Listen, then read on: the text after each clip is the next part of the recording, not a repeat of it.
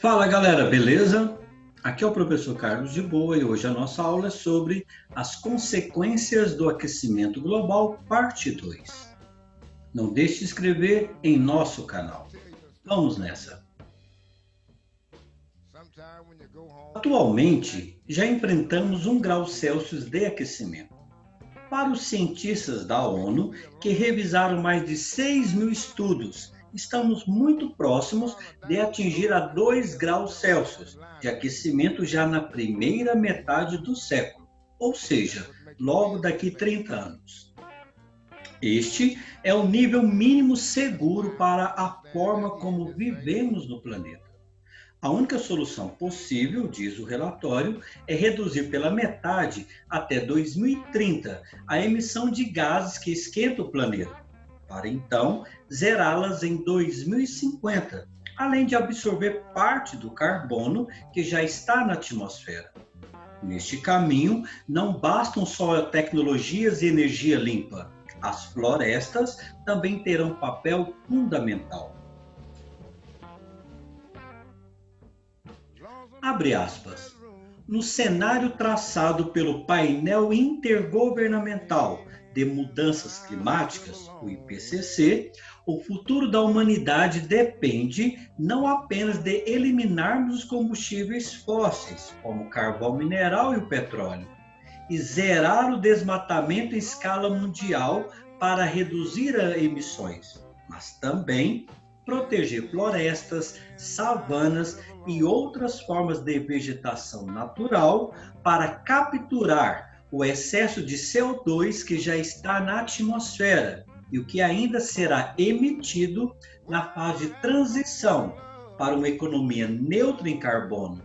Fecha aspas, diz o estrategista internacional de florestas do Greenpeace, Paulo Haddari.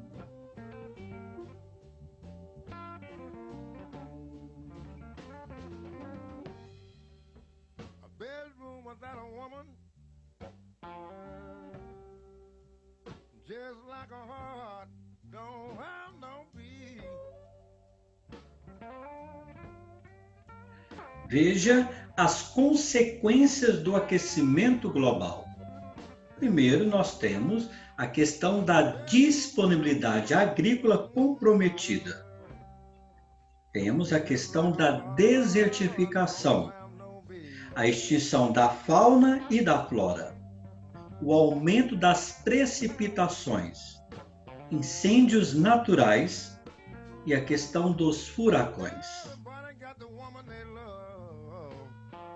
Falaremos agora da disponibilidade agrícola comprometida.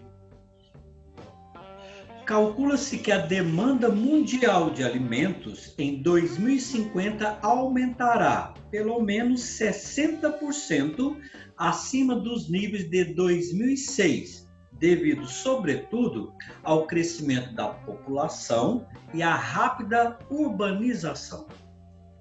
O relatório bienal da FAO sobre o estado mundial da agricultura e alimentação alerta que uma queda na produção agrícola derivaria na escassez de alimentos, afetando ainda mais regiões expostas como a África subsaariana e a Ásia meridional. No mundo, existem cerca de 475 milhões de pequenos agricultores com baixos ingressos que frequentemente sofrem com obstáculos como o acesso limitado aos mercados, ao crédito, à informação meteorológica, às ferramentas de gestão de riscos e à proteção social. 21% das emissões globais de gases do efeito estufa são causadas pelo desmatamento, pecuária e gestão de solos e nutrientes. Para diminuir essas emissões, é possível empregar práticas sustentáveis, que consistem, por exemplo, em integrar os cultivos, o gado e as árvores. Empregar variedades eficientes em nitrogênio e tolerantes ao calor, e semear diretamente sem arar.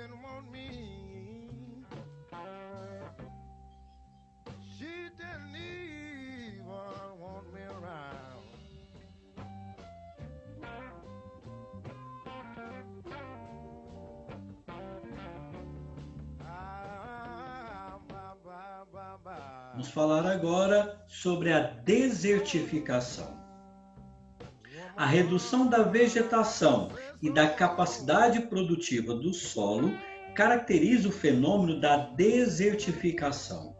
O seu desenvolvimento é mais propício em regiões áridas, semiáridas e subúmidas, podendo ser desencadeado por fatores naturais, variações climáticas ou pela ação humana. A realização de atividades de forma insustentável na Terra é o principal responsável por tal ocorrência. O principal fator que incide no aumento da desertificação é a utilização inadequada do solo por meio das atividades humanas. Os intensos desmatamentos, mineração, expansão da agropecuária, irrigação mal planejada, entre outros, contribuem para a perda de substâncias do solo. Essas atividades levam à redução da cobertura vegetal, surgimento de terrenos arenosos, perda de água do subsolo e a erosão eólica. Esse é um fenômeno que atinge aproximadamente 15% da superfície terrestre, presente em mais de 110 países e afeta a vida de mais de 250 milhões de pessoas, sendo, portanto, um problema de ordem global. As regiões mais atingidas pela desertificação são o oeste da América do Sul, o nordeste do Brasil, o norte e sul da África, o Oriente Médio, a Ásia Central, o noroeste da China, a Austrália e o sudoeste dos Estados Unidos. O território brasileiro também é afetado pela desertificação, sendo que as áreas onde esse processo ocorre de forma mais intensa são o Cerrado Tocantinense, a porção norte de Mato Grosso e os Pampas Gaúchos. Conforme o Ministério do Meio Ambiente, o Brasil possui 13% de sua extensão territorial composta por áreas semiáridas, vulneráveis à desertificação. Nesse sentido, o país assinou em 1995 acordos com programas da Organização das Nações Unidas contra a desertificação. O Plano de Ação de Combate à Desertificação passou a vigorar em 2000. As consequências são desastrosas. Temos como exemplos a intensificação do processo erosivo, a redução da disponibilidade de recursos hídricos, perda da biodiversidade, redução das terras agricultáveis, redução da produção agrícola, desenvolvimento de fluxos migratórios, inchaço das cidades devido ao êxodo rural, diminuição da qualidade de vida.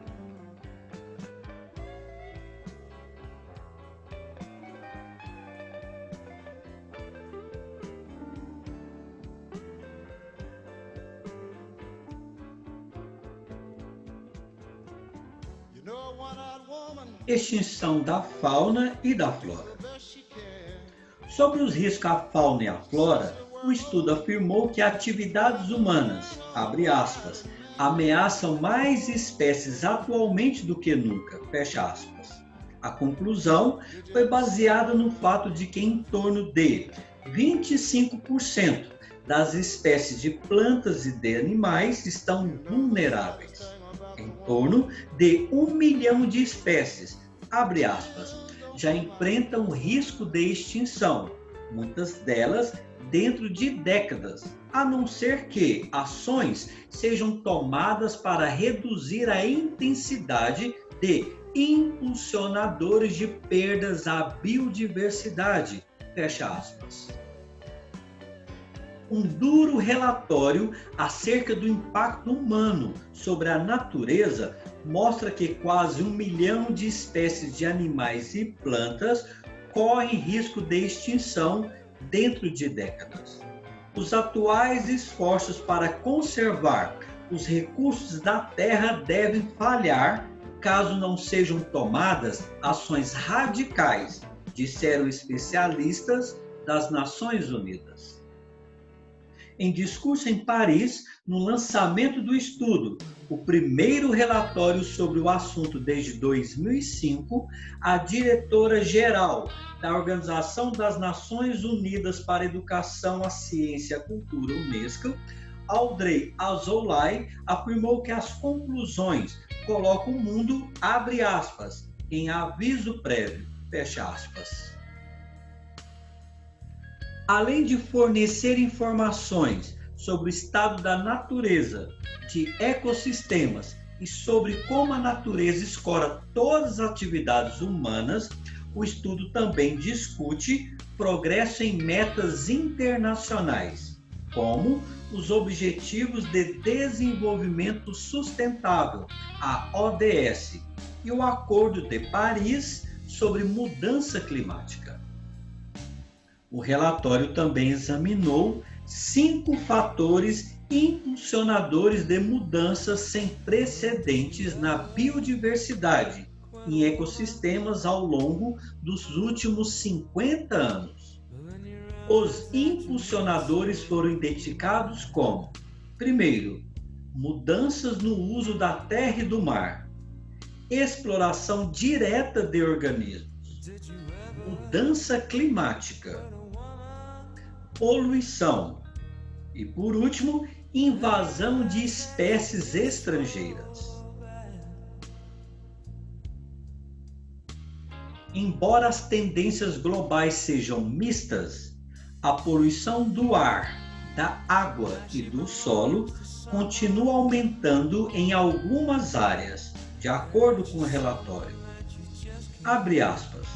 A poluição marinha por plásticos, em particular, aumentou 10 vezes desde 1980, afetando ao menos 267 espécies, fecha aspas, disse o documento.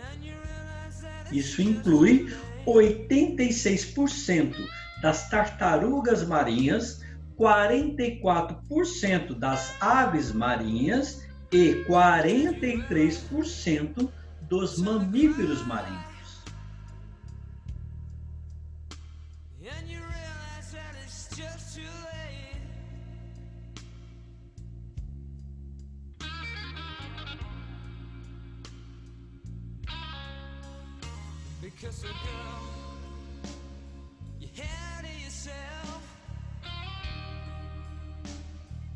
Aumento das precipitações.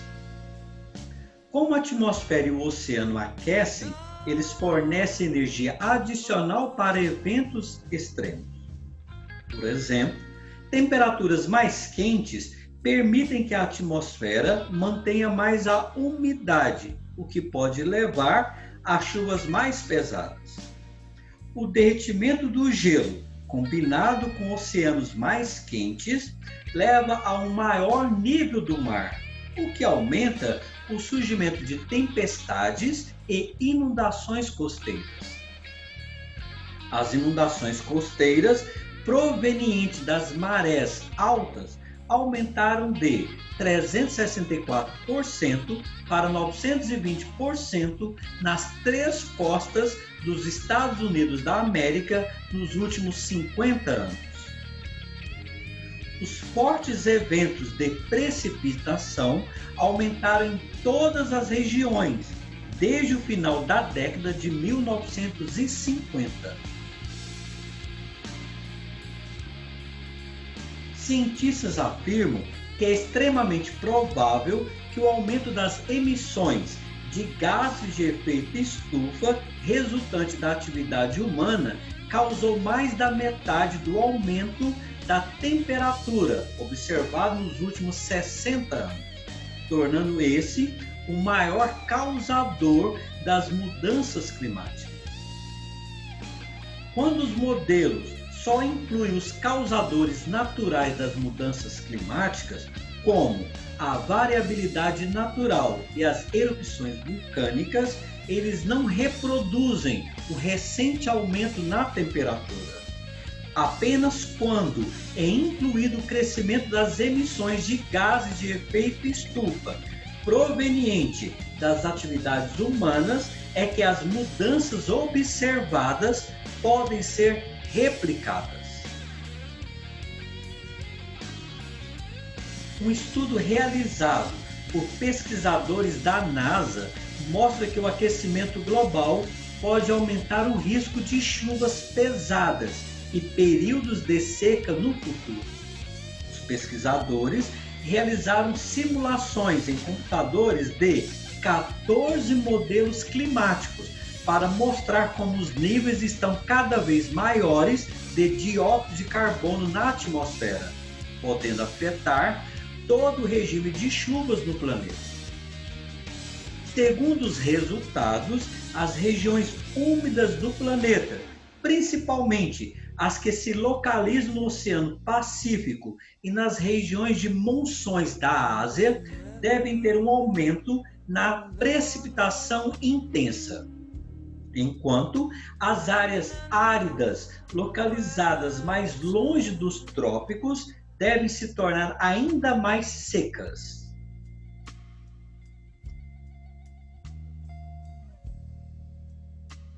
Did you ever feel lonely and you not know where to turn? Incêndios naturais. Em novembro de 2019, Campo Grande, no Mato Grosso do Sul, recebeu pesquisadores, autoridades, técnicos e brigadistas de aproximadamente 80 países para discutir o manejo do fogo e o controle de incêndios florestais durante a 7ª Conferência Internacional sobre Incêndios Florestais, Wildfire, em 2019. O evento, que já passou por países como Canadá, Espanha e Coreia do Sul, é reconhecido como o maior do gênero a nível mundial e será realizado pela primeira vez na América Latina.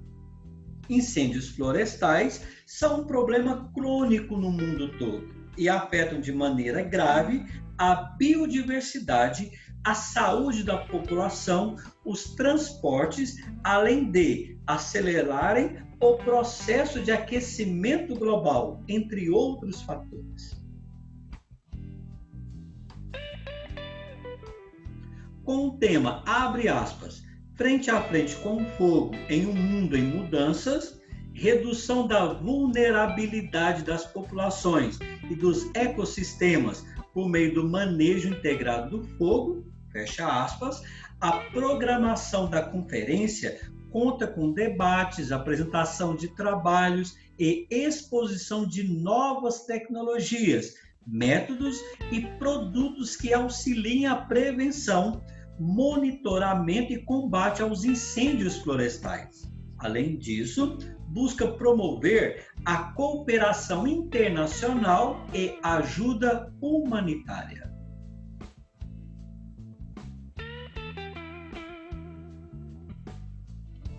Sit yourself down, girl, and talk to me. Furacões. É uma tempestade tropical ou ciclone que corresponde a um sistema de baixa pressão, ou seja, a pressão dessa região é menor do que as das áreas ao seu redor. Essas áreas são instáveis e associadas à formação de nuvens, a umidade e a ventos fortes. Normalmente, os furacões formam-se sobre os oceanos, em áreas tropicais, com temperatura superior a 26 graus Celsius. Os furacões são fenômenos meteorológicos que podem causar enorme destruição por onde passam. Os meteorologistas classificam-nos segundo a velocidade dos ventos e os danos provocados nas áreas atingidas. A formação dos furacões, além de estar associada com a temperatura das águas tropicais, também tem especificidades em relação à sua área de formação. Geralmente, esses fenômenos meteorológicos não se formam próximos à linha do Equador, pois precisam estar um pouco mais distantes a fim de sentirem os efeitos da rotação da Terra, que colaboram para que os ventos movimentem-se em torno do centro de baixa pressão.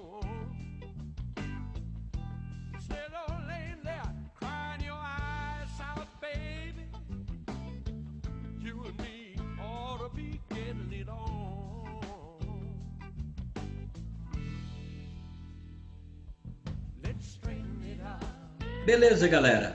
Ficaremos por aqui e até a próxima. Valeu!